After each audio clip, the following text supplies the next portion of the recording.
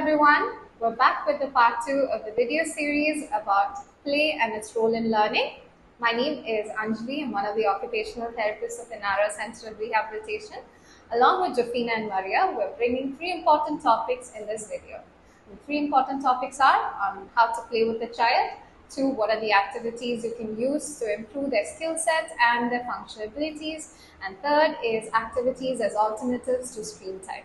So let's dive in. As parents, you know that kids love to have fun.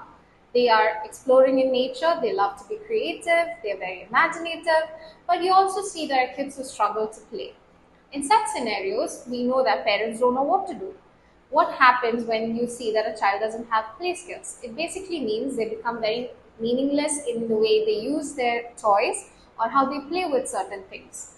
So in such scenarios, we use 2 approaches, and the 2 approaches are modeling and chaining. So what is modeling? Modeling in simple terms means just showing a child how to do a certain action. So this requires a child to have some sort of imitative skills. An example of modeling would be asking a child how to wash their hands, but they wouldn't know what to do. So you model that same action that's required for washing hands. And they imitate what you do and they become independent in that sort of way of learning.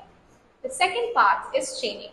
So chaining is taking an activity and breaking it into multiple steps. So you're expecting a child to learn one step at a time and master it and then go to the next step. You see there are 2 types of chaining methods. One is forward chaining and backward chaining. In forward chaining, what it means is that you're expecting the child to do the first step of the activity independently and with prompting to finish the remaining steps. So once he does the first step independently, you learn to do the second step and you combine it. Once you master that, you go to the next step. The second type of chaining, which is a backward chaining, is basically the reverse of forward chaining. You're expecting the child to do the last step independently. Once he's able to do that in a very mastered way, you go to the step above it, and once he masters that, you combine the last 2 steps and you keep doing the repetition till you reach that entire task. So these methods can be done in learning functional skills or even complex multiple step activities. An example to that would be wearing a t-shirt. So in forward chaining, it's basically first would be getting the child to put his clothes over his head. So that's the first step. When you know that the child is able to master that, you expect them to put their hands through the holes. Next is pulling the t-shirt. This is how you do from first step to the last step. So if you were to do this in a backward chaining method, you would expect the child to first learn how to pull their t-shirt once he wears it. Then you expect them to do their hands through the holes, then to put over their head. So this is also done in such a manner that they master one step and then they combine it with the step above it till they finish that entire activity and is able to do it independently.